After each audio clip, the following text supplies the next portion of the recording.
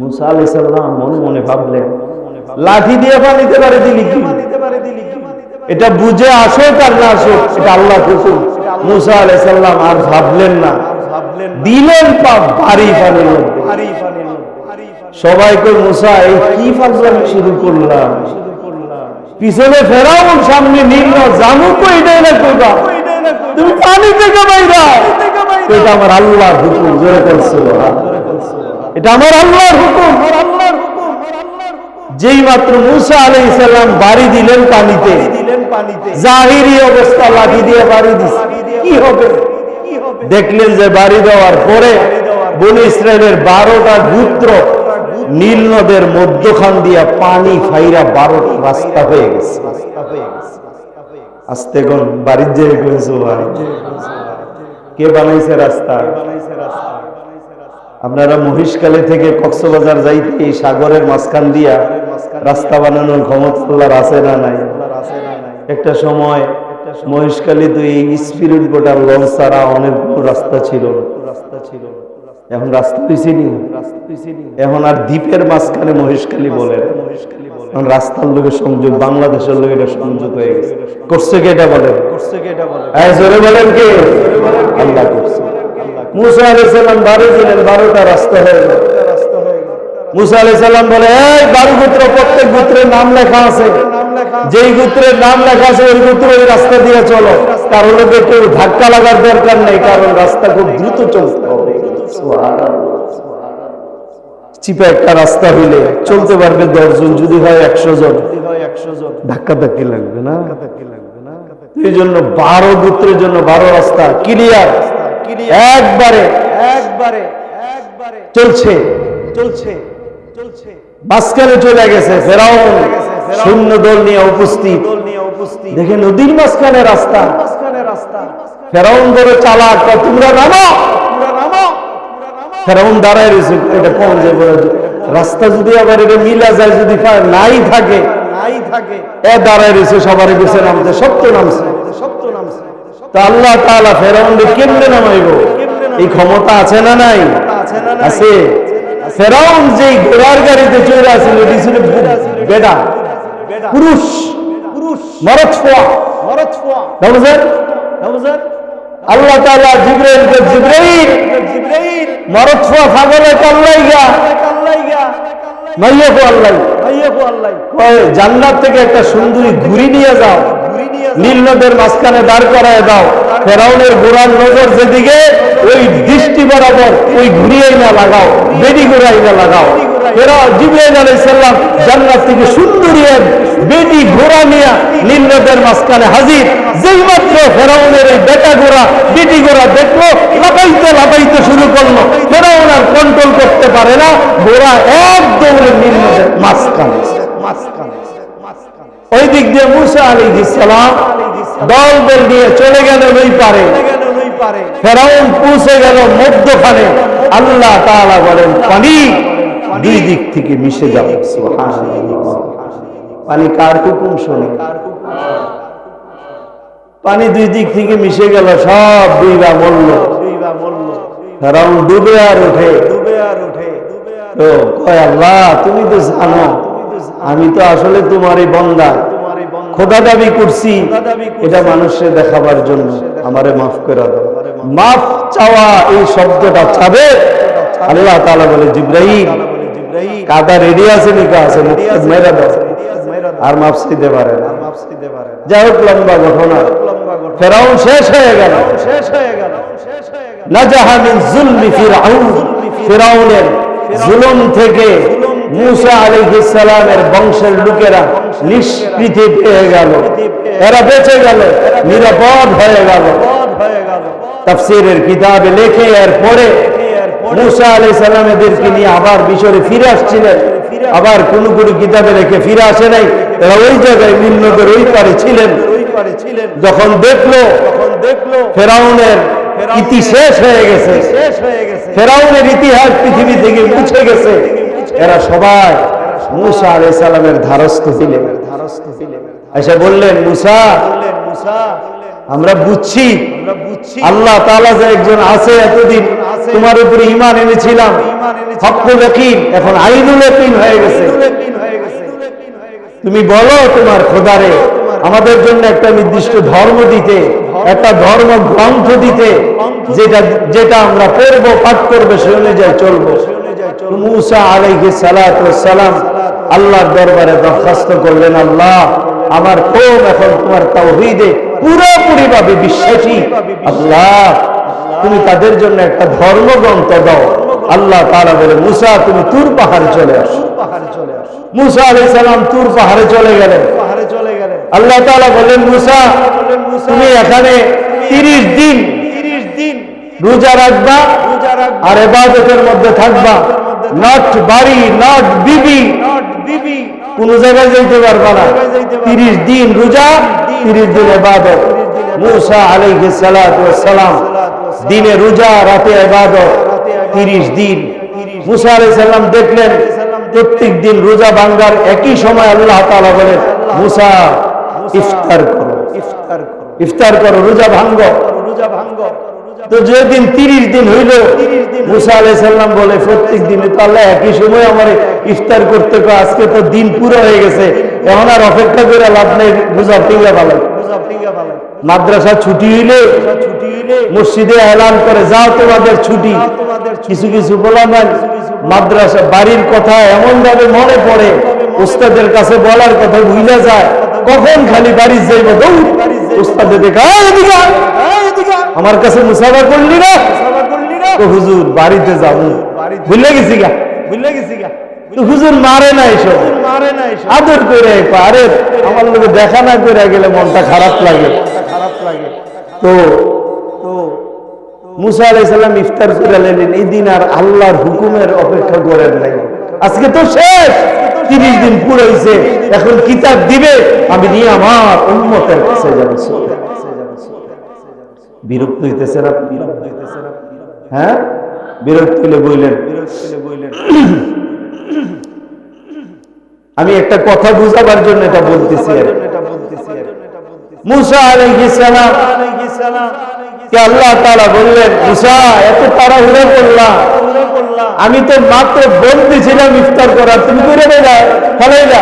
মূসা আলাইহিস সালাম, আব্বা আজকে শেষ দিন, তো দিন তো একই টাইমই কম, এই টাইম তো হয়ে গেছে। মূসা আমিও এই টাইমে বলতাম, কিন্তু তুমি যে রোজা রইছো, তোমার মুখ থেকে যে একটা গন্ধ বের হইতেছে, এই গন্ধটা পৃথিবীর সবচাইতে আমার কাছে, আসমান জমিন বলো, আমার আরশ বলো, লৌহ বলো, কলম বলো, যা বলো, সব থেকে প্রিয় এই রোজাদারের মুখের গন্ধটা। সুবহানাল্লাহ, আমি তোমার মুখের এই গন্ধটা শুনতেছিলাম, এজন্য একটু দেরি হয়ে গেছে। মূসা আলাইহিস সালাম বলে, আল্লাহ আমিও মনে করেছি শেষ। আল্লাহ তাআলা বলে, মূসা আমি আরো তোমার মুখের গন্ধ শুনতে চাই, তুমি আরো 10 দিন রোজা রাখো, আরো 10 দিন ইবাদত করো। এই জন্য ইফতারির সময় বেশি বেশি শ্বাস ফলাইবেন, এই শ্বাসের গন্ধটা আমার আল্লাহর কাছে সবচেয়ে প্রিয়। সুবহানাল্লাহ। মূসা আলাইহিস সালাম আরো 10 দিন রইলেন। কয়দিন হইল? 40 দিন। মূসা আলাইহিস সালাম যাওয়ার সময় সামিরীরে বলে গেছিলেন, সামিরী আমি এতদিন থাকবো না, 1 মাস, তুই এদেরকে দেখে রাখিস। এদেরকে বিভিন্ন দিক নির্দেশনা দিয়ে সবাইকে বলছে, সামিরী যেভাবে বলে তোমরা সেভাবে চলো। এই দুষ্টের উপরে শয়তান ভর করছে। মূসা আলাইহিস সালাম তুর পাহাড়ে গেছে, আরে সবারে ডাইকা গায়, তোমাদের যত স্বর্ণ অলংকার আছে সব আমার কাছে জমা দাও। যত স্বর্ণ অলংকার আছে মনে মনে এর কাছে জমা দিস। এডি গলায় একটা গরুর বাছুর বানাইছে। গরুর বাছুর চিনেন? কিতা কয়টা রে? গরুর ছাগ হবে না? গরুর ছাগ বানায় কয় যে মূসা যেই খোদার গুলোকে তুর পাহাড়ে গেছে, তুর পাহাড়ে খোদা নাই, খোদা এনে আস কেমনে কই দেখবা, এখন এটা হাম্বা করে ডাক দিব। এর মুখের মধ্যে নিয়ে একটু মাটি দিছে, আর এমনি করে হাম্বা করে কই দেখছো মুসা খোদার কাছে গেছে, খোদারটা এখানে আইসা হাজির হয়ে গেছে। নাউজুবিল্লাহ কি ঘরে গিয়ে কইবেন না এখানে কইবেন? কই এটার তোমরা পূজা করো, এটার ইবাদত করো, এটার সিজদা দাও। শুরু করে দিল, তিন ভাগে বিভক্ত হয়ে গেল মানুষ। এক ভাগ না, এক ভাগ বলে না আমরা এটার ইবাদত পূজা করব না। মুসা খোদার থেকে কিতাব আনতে গেছে, উনি আসলে আর ফয়সালা হবে, এরা পূজা করলো না। আরেক দল পূজাও করে নাই, নিষেধও করে নাই, চুপচাপ। আরেক দল পূজা করতে শুরু করলো। মুসা আলাইহিস সালাম 40 দিন পর তাওরাত কিতাব নিয়ে আইসা হাজির। আইসা দেখে এরা এই বাছুরি, এই বাচ্চার, গরুর বাচ্চার পূজা করতেছে। তো মুসা আলাইহিস সালাম কে আল্লাহ, আমি গেলাম আপনার কাছে তুর পাহাড়ে কিতাব আনার জন্য, আর এরা এদিক দিয়া বাছুরির পূজা করতে শুরু করলো। আল্লাহ তাআলা বলেন এরা অন্যায় করেছে, এরা জুলুম করেছে, এদের ক্ষমা নাই। মুসা আলাইহিস সালাম এই ঘোষণা করলেন। এরা সবাই মিলে মুসার কাছে আসলেন আর বললেন, মুসা আমরা বুঝি নাই, আমরা তোমার খোদার কাছে তওবা করতে চাই, আমাদেরকে তওবার সুযোগ দিতে বলো। মুসা আলাইহিস সালাম আল্লাহর কাছে বললেন, আল্লাহ এরা আপনার কাছে তওবার অনুমতি চায়, আপনি যদি অনুমতি দেন এরা আপনার কাছে তওবা করে। আল্লাহ তাআলা বলেন, মুসা এদেরকে বলো আমি অনুমতি দিলাম তওবা করতে, এদের মৌখিক তওবা হবে না, এদের মৌখিক তওবায় গুনাহ মাফ হবে না, এরা তওবা করতে হবে, এরা নিজেরা নিজেদেরকে হত্যা করতে হবে, তাহলে এদের তওবা কবুল হবে। এদের তওবা হবে না, এদের তওবা হবে না, এদের এই গুনাহ মাফ হবে না। জোরে বলেন না। إذ قال موسى لقومه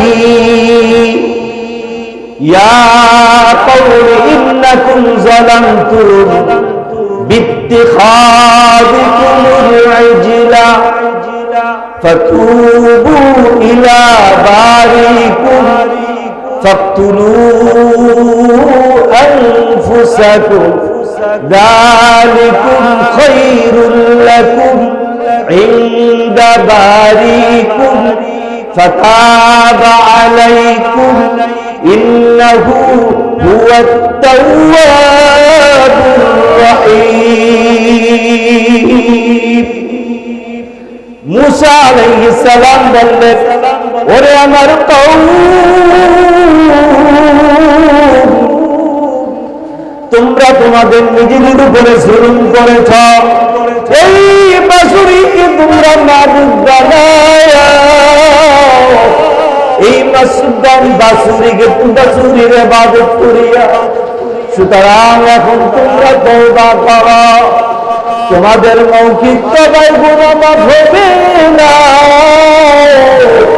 কি করতে হবে? ফাকতুলু আনফুসাকুম, তোমরা নিজেরা নিজেদেরকে হত্যা করতে হবে। যদি তওবা করো আর নিজেদেরকে হত্যা করো, মেরে ফেলো, এরপরে আল্লাহ তাআলা গুনাহ মাফ করবেন। এই লোকগুলা এসে বলেন, মুসা নিজের কেমনে আমরা শেষ করব? আমরা নিজের কেমনে শেষ করব বলো না, আর একটু সহজ করে দিতে বলো না। আল্লাহ তাআলা বলেন, মুসা এদেরকে বলো, এদের যারা আপনজন, যারা এই বাছুরির পূজা করে নাই, যারা বাছুরির পূজা করতে নিষিদ্ধ করে নাই, এরা যেন আপনজন, ছেলে করে নাই বাবা করেছে, ছেলে যেন বাবাকে হত্যা করে, বাবা করে নাই ছেলে করেছে, বাবা যেন ছেলের হত্যা করে, মা পূজা করে নাই মেয়ে করেছে, মা যেন মেয়েকে হত্যা করে, মেয়ে যেন মাকে হত্যা করে। এই হুকুম দেওয়ার পরে সবাই প্রস্তুত হয়ে গেল, ময়দানে চলিয়া গেল। এ বাবা সবাই আবার মুসার কাছে আসলো, ও নবী মুসা মা তার সন্তানের দিকে কেমনে হত্যা করবে, বাবা তার সন্তানের দিকে কেমনে হত্যা করবে। আমরা আমাদের চোখগুলো বেঁধে দাও। আল্লাহকে বলে না একটা ব্যবস্থা করতে। আল্লাহ তাআলা বলে মূসা, ও মূসা আমি অন্ধকার নামায় দিব, এরা যেন আগ থেকে প্রস্তুতি নিয়ে রাখে, তলোয়ার যেন ঘাড়ের মধ্যে লাগায় রাখে, অন্ধকার নেমে আসবে তলোয়ার যেন ঘাড়ে চালাইয়া দেয়। এরা আবার প্রশ্ন করলো, ও নবী মূসা আমাদের তওবা যে কবুল হইলে বুঝবে কেমনে? আল্লাহ তাআলা বলেন মূসা জানা দাও, যদি এদের তওবা কবুল হইছে বুঝবে, হত্যা করার পর আমি আল্লাহ দৃষ্টি নাযিল করব আর সঙ্গে সঙ্গে অন্ধকার দূরীভূত করে দিব। ময়দানে জমা হয়ে গেল এ বাবা আপনজনেরা, যার যার আপনজনকে সামনে নিতে তলোয়ার গলায়। এ বাবা কত বড় অনুতপ্ত, কত বড় বাবা লজ্জিত, এরা তওবা করে গুনাহ মাফ চাবে, আল্লাহ নবীর কাছে দরখাস্ত করছে।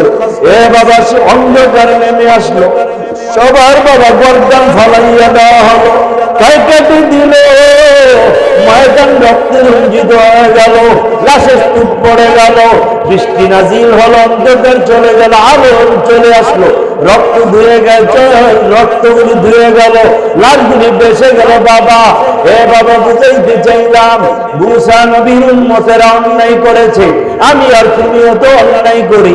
মূসা নবীর উম্মতদেরকে বলে নাই আমি তোদের তওবা কবুল করব, তোদেরকে মাফ করে দিব। বরঞ্চ মূসা নবীর উম্মতেরা তওবার জন্য পাগল হয়ে গেল, আল্লাহর কোনো সারা শব্দ নাই। আল্লাহ জানাই দিলেন না না মাফ করা হবে না। মূসার কাছে গেলেন, ও মূসা আল্লাহকে বলো না তওবা করতে চাই, আল্লাহ যেন আমাদের তওবা কবুল করে, আল্লাহ যেন আমাদেরকে তওবা করার অনুমতি দেয়, আল্লাহ যেন তওবার রাস্তা আমাদেরকে দান করে। আল্লাহ তাআলা মূসার দরখাস্ত শুনলেন। মূসা আলাইহিস সালামের দরখাস্তর পরিপ্রেক্ষিতে এদের তওবার দরজা খুললেন, তওবার অনুমতি দিলেন। এরপরে তওবা বড় কঠিন, এরা বাবা নিজেদেরকে নিজে বড় হত্যা করো, আর তুমি আর আমি গুনাহ করি। আল্লাহ তাআলা বলে বান্দা ও বান্দা আমি তোদেরকে মাফ করার জন্য প্রস্তুত। আমি আল্লাহর কাছে গুনাহ মাফ চাবি, আমি আল্লাহ তোর জীবনের সবগুলি গুনাহ মাফ করে দিব। জোরে বলেন না সুবহান। এই জন্য আল্লাহ তাআলা বলে ও বান্দা তোর গুনাহ তুই দেখোস না, আমি তাকাইয়া দেখি তোর হাতে গুনাহ, হাতের মধ্যে কবিরা গুনাহ, আঙ্গুলের মধ্যে কবিরা গুনাহ, আঙ্গুলের গিরায় গিরায় কবিরা গুনাহ, হাতের মধ্যে কবিরা গুনাহ, পায়ের মধ্যে কবিরা গুনাহ, চোখের মধ্যে কবিরা গুনাহ, কানের মধ্যে কবিরা গুনাহ। এই গুনার দিকে তাকাইলে আমার বড় গুসা, আমার মন চাই পৃথিবীটা উল্টাইয়া দেই, দুনিয়ার মধ্যে গজব নাজিল করিয়া দেই, তোর জমিনের ফসল আমি নষ্ট করিয়া দেই, সন্তানগুলো মাইরা ফালাই, জলুচ্ছাস দিয়া তোদেরকে আমি শেষ করে দেই। আল্লাহ বলে বান্দা আমি চাইয়া দেখি, যখন আমার গুসা বেড়ে যায় আমি জলুচ্ছাস দিয়ে তোদেরকে ধ্বংস করে দিব, টর্নেডো দিয়া ধ্বংস করে দিব, তুফান দিয়া ধ্বংস করে দিব, ওই দুশ্মন দিয়া ধ্বংস করে দিব। আমি তখন চাইয়া দেখি আমার হাজার হাজার বান্দার মধ্যে দুই একটা বান্দা ফুট মেরে মেরে কি যেন বলে, আমি আল্লাহ তখন আর সে আজিমে থাকি না, দুনিয়ার জমিনে আসি, আইসা দেখি আমার বান্দা ফুট লাইরা লাইরা কি বলে, কানটা লাগাইয়া দেখি কিছু বলে না। আমার বান্দা ফুট লাইরা লাইরা বলে আস্তাগফিরুল্লাহ আস্তাগফিরুল্লাহ আস্তাগফিরুল্লাহ আস্তাগফিরুল্লাহ। আমি আল্লাহর কাছে গুনাহ মাফ চাই, আমি আল্লাহর কাছে গুনাহ মাফ চাই। আল্লাহ বলে বান্দা গুনাহ হইল ওই তওবা ইস্তিগফার হইল গুনাহ প্রতিষেধ। যখন তওবা করলো আমার বান্দার ওই এক দুইজন বান্দার আস্তাগফিরুল্লাহর আওয়াজে ওই হাজার হাজার গুনাহগার তোমার হাল আমি গজব দিতে পারি না। জোরে চিল্লায় বলেন না সুবহান।